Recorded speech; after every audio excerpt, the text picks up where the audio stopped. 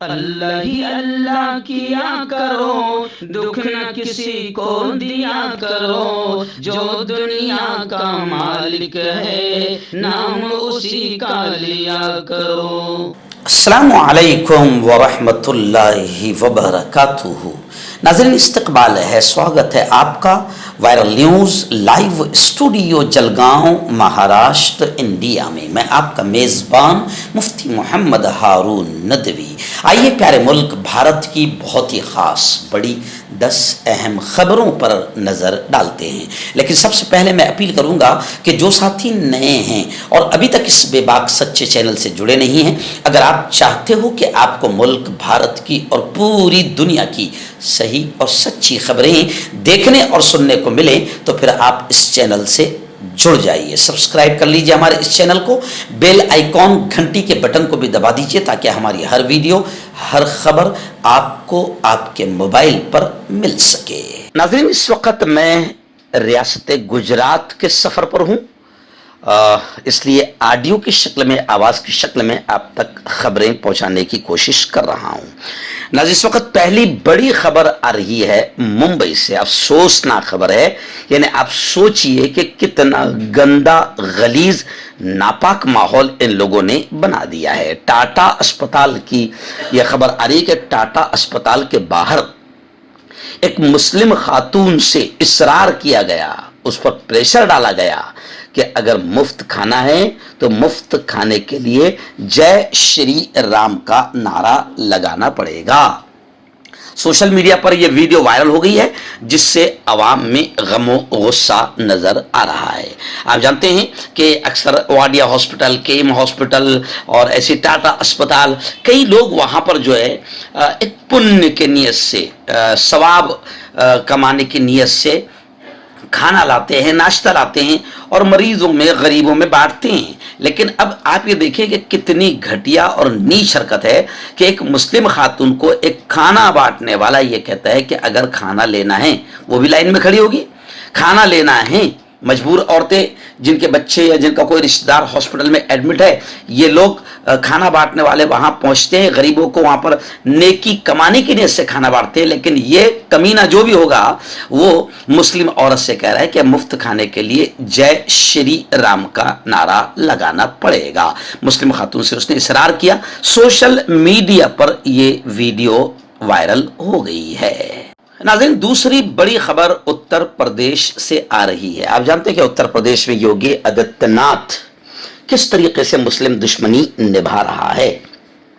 ابھی خبر آ رہی کہ اتر پردیش میں اب مدارس کے بعد، مدرسوں کے بعد اب مکاتب کی جو مسجدوں میں چلتے ہیں، چھوٹے چھوٹے جہاں پر بچوں کو اسلام کی بنیادی تعلیم، قرآن وغیرہ، نماز وغیرہ، دعائیں، سورتیں سکھائی جاتی ہے، ایسے مکاتب کی بھی اب جانچ کی جائے گی۔ سہارنپور کمشنری کے 473 مکاتب کی جانچ شروع ہو گئی ہے۔ مدارس کے سروے کے بعد دیوبند ATS نے مکاتب کی چھان بین شروع کر دیا ہے۔ اتر پردیش میں مدارس کے سروے کے بعد اب یوگی حکومت نے مکاتب کے خلاف بھی جانچ کی کارروائی شروع کر دی ہے اور مکاتب کے منتظمین سے معلومات جمع کرائی جا رہی ہے۔ ایک مرتبہ پھر دینی مکاتب کے خلاف شروع کی گئی اس کارروائی سے ذمہ داران میں تشویش پائی جا رہی ہے۔ ATS ٹیم نے سہارنپور کمشنری یعنی 3 ضلع سہارنپور، مظفر نگر اور شاملی کے 473 مکاتب کی تحقیقات شروع کر دی ہے۔ بدھ کے روز ATS ٹیم نے دیوبند سمیت سہارنپور، مظفر نگر اور شاملی کے کئی مکاتب میں پہنچ کر تفتیش کی۔ اس دوران متعلقہ لوگوں سے رجسٹریشن، جائیداد اور فنڈنگ سمیت 8 نکات پر پوچھ گچھ کی گئی۔ ہم ان سے کہتے ہیں کہ RSS کی کئی ایسی شالائیں، اسکولیں چل رہی ہے، ٹریننگ سینٹر چل رہے ہیں جہاں پر وہ ہتھیار چلانا سکھا رہے ہیں، ان کی جانچ کی جائے، مگر RSS کے دوارا یا پھر ہندو بھگوا سنگھٹنوں کے دوارا چلائی جا رہی ہتھیاروں کی ٹریننگ سینٹر کی بھی جانچ نہیں ہو رہی ہے۔ ناظرین، اتر پردیش کے جونپور سے بڑی افسوسناک خبر آ رہی ہے۔ ویسے اتر پردیش سے افسوسناک کی خبریں آتی ہیں جب سے یوگی آدتیہ ناتھ بیٹھا ہے، تو اب جونپور سے خبر آ رہی ہے کہ ایک 16 سال کے نوجوان کا بڑی بے دردی سے وحشیانہ درندگی کے انداز میں قتل کیا گیا، تلوار سے اس کا گلا کاٹا گیا۔ اس جرم کا ارتکاب کرنے والوں کو سخت سزا دی جائے گی۔ ہم معاملے کی جوڈیشل انکوائری کریں گے اور 3 دن میں رپورٹ دیں گے، ایسا بیان پولیس کا آیا ہے۔ اکھلیش یادو نے سیدھا حکومت پر طنز کرتے ہوئے، نشانہ سادھتے ہوئے کہا کہ حکومت کمزور اور مجرم مضبوط ہو گئے ہیں، اور سچ مچ اکھلیش یادو نے جو کہا ہے وہ بالکل صحیح بات کہی ہے۔ حکومت ایک دم کمزور نظر آ رہی ہے اور مجرموں کے حوصلے، آتنکیوں کے حوصلے، گنڈوں کے، موالیوں کے حوصلے بلند ہے اور مجرم مضبوط ہے۔ یوگی آدتیہ ناتھ اور بی جے پی حکومت انتہائی کمزور، لاچار، مجبور اور بے بس نظر آ رہی ہے، اور گنڈوں کے سامنے گھٹنے ٹیکتی ہوئی یوگی سرکار بھی اور بی جے پی سرکار بھی نظر آ رہی ہے۔ ناظرین، پھر بڑی خبر آ رہی ہے نئی دہلی سے۔ جی ہاں، ایئر انڈیا کی 32 فلائٹس، 32 پروازوں کو، پلینس کو بم سے نشانہ بنانے کی دھمکی پھر سامنے آئی ہے۔ ایکچوئل میں 15 دن میں روز آنا کسی ریلوے اسٹیشن، کسی ٹرین یا کسی پلین کو اڑانے کی دھمکیاں دی جا رہی ہے۔ اور پھر میں نے کہا نا کہ سچ مچ حکومت اتنی کمزور ہے بی جے پی کی کہ مجرموں کے، گنڈوں کے، موالیوں کے اور آتنکیوں کے حوصلے بلند ہے، اور حکومت جو 56 انچ کا سینہ بہت کمزور نظر آ رہا ہے گنڈوں کے سامنے۔ لا اینڈ آرڈر پوری طریقے سے دم نکل چکا ہے۔ اب ایئر انڈیا کی 32 پروازوں کو بم سے اڑانے کی دھمکی ملی ہے۔ خوف و ہراس میں مسافر اور ایئر لائنز انتظامیہ ہیں۔ سائبر پولیس تفتیش میں مصروف ہو گئی ہے۔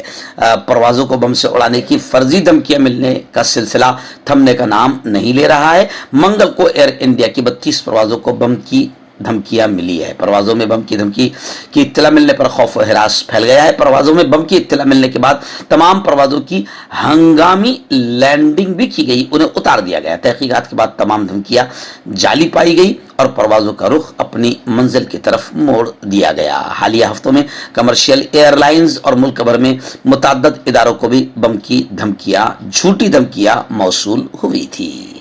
ناظرین، مہاراشٹر کے اسمبلی الیکشن میں 288 سیٹوں کے لیے بتایا جا رہا ہے کہ 10,905 نامزدگی داخل کی گئی، یعنی 10,905 امیدواروں نے اپنا فارم داخل کیا ہے مہاراشٹر میں، اور بڑے پیمانے پر باقاعدہ خرد برد بھی نظر آ رہی ہے، اور پارٹیوں سے ناراض امیدوار جو ہے بڑے پیمانے پر بغاوت پر اتر آئے ہیں۔ خبریں آ رہی ہے کہ ہر طرف ایک ہنگامہ ہے۔ مہاراشٹر میں تو اکولا سے کانگریس نے ساجد خان پر بھروسہ ظاہر کیا ہے، تو سابق وزیر جو کانگریس کے اظہر حسین، ان کا بیٹا ذیشان حسین کانگریس سے ناراض ہو کر اس نے ونچت بہوجن کا ہاتھ پکڑ لیا ہے۔ فرنویس کے حلقے سے انتخاب لڑنے کی آدھی درخواستیں تو مسترد کر دی گئی۔ کل 40 درخواستوں میں سے 18 درخواستیں مسترد کی گئی ہے۔ جہاں تک بات کریں بھیونڈی کی، تو بھیونڈی کے دونوں اسمبلی حلقوں میں 5 درجن سے زیادد امیدواروں نے فارم بھرا ہے، اور تھانے ضلع کے 18 اسمبلی حلقوں میں 281 امیدوار میدان میں اترے ہیں، جس میں سے 67 آزاد امیدوار بھی ہے۔ 4 نومبر تک نام واپس لینے کا موقع ہے۔ ناظرین، اداکار بالی ووڈ کے اداکار سلمان خان کو پھر دھمکی آئی ہے۔ 2 کروڑ روپے ہفتے کا ڈیمانڈ کیا گیا ہے۔ اداکار سلمان خان کو ایک بار پھر دھمکی ملی ہے، اور دھمکی ہمیں اس پیغام بھیجنے والے شخص نے 2 کروڑ روپے مانگا ہے۔ یہ دھمکی ٹریفک پولیس کے مین کنٹرول روم کے ٹیلی فون نمبر پر دی گئی۔ ورلی پولیس نے اس سلسلے میں جبری وصولی کا معاملہ درج کیا ہے۔ ٹریفک پولیس کو منگل کو اس سلسلے میں ایک پیغام ملا۔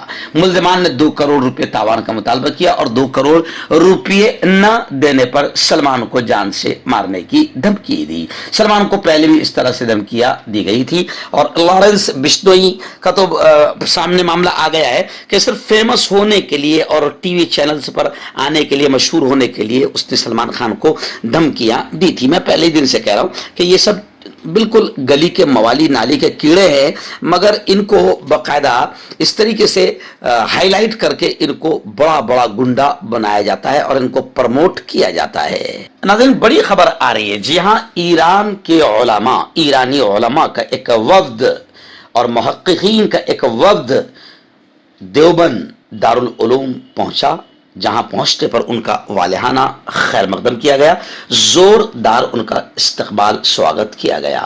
دونوں ملکوں کے مذہبی رہنماؤں کے درمیان اسلامی علوم و فنون اور تاریخ دارالعلوم دیوبند کے متعلق تفصیلی گفتگو ہوئی۔ اسکرین پر آپ دیکھ سکتے ہیں کہ ایرانی علماء اور محققین کے ایک وفد کے ساتھ باقاعدہ حضرت مولانا ارشد مدنی بھی آپ کو نظر آ رہے ہوگے۔ اسلامی جمہوری ایران کی معروف دانشگاہ آدیان یونیورسٹی قم سے تعلق رکھنے والے علماء اور محققین کے 13 رکنی وفد نے گزشتہ روز عالمی شہرت یافتہ دینی درسگاہ دارالعلوم دیوبند پہنچ کر ادارے کے مہمان خانے میں ادارے کے محتمم اور شیخ الحدیث حضرت مولانا مفتی ابوالقاسم نعمانی صاحب اور جمعیت علماء ہند کے صدر المدرسین مولانا سید ارشد مدنی سے ملاقات کی، جہاں ان کا روایتی استقبال کیا گیا اور اسلامی علوم و فنون کے حوالے سے سیر حاصل گفتگو کی گئی۔ اس دوران مہمانوں کو دارالعلوم دیوبند کی زرعی خدمات اور تاریخ مفصل انداز میں بتائی گئی۔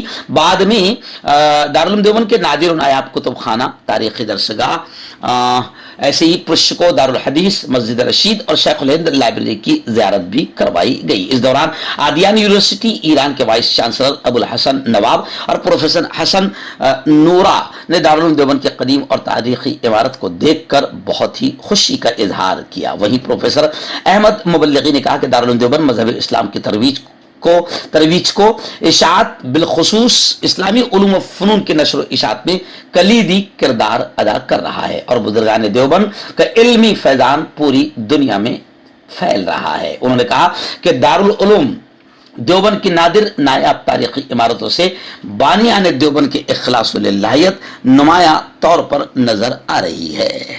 ناظرین بڑی خبر آ رہی ہے، جی ہاں، جسٹس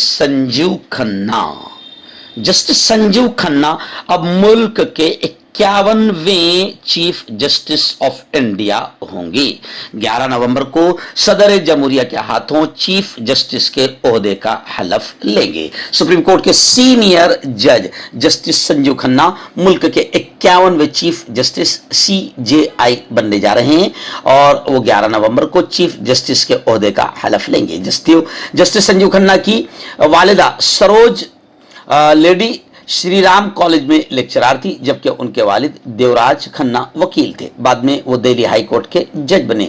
جسٹس سنجیو کھنہ کی والدہ اور والد چاہتے تھے کہ وہ چارٹرڈ اکاؤنٹنٹ بنے۔ خاندان کا ماننا تھا کہ وکالت میں بہت جدوجہد اور محنت ہوتی ہے، لیکن اپنے چچا لیجنڈری جج جسٹس ہنس راج کھنہ سے متاثر ہو کر سنجیو کھنہ نے وکالت کا راستہ اختیار کیا۔ اسی راستے پر آگے بڑھتے ہوئے جسٹس سنجیو کھنہ نے اب ملک کے چیف جسٹس بننے کا سفر طے کیا ہے اور وہ 11 نومبر کو حلف لیں گے، شپت لیں گے۔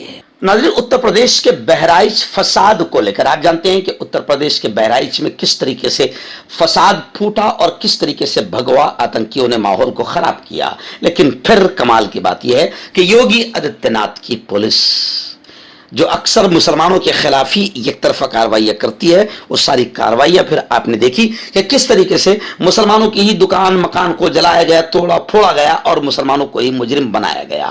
اب اسی کو لے کر ممبئی سے ایک وفد علماء کرام کا بہرائچ پہنچا اور بہرائچ کے SP سے انہوں نے ملاقات کی اور مطالبہ کیا کہ خاطیوں اور شر پسندوں کے خلاف سخت کارروائی کی جائے۔ اس وفد کی سرپرستی کرتے ہوئے حضرت علامہ سید معین الدین اشرف الجیلانی نے کہا کہ بہرائچ کے مہراج گنج میں ہوئے فساد پر گہرے صدمے کا اظہار کرتے ہوئے کہا کہ فساد کسی بھی شہر یا ضلع میں ہو، اس کا اثر پورے ملک پر پڑتا ہے، نظام امن کو نقصان پہنچتا ہے، جس پر روک لگانے کی سخت ضرورت ہے۔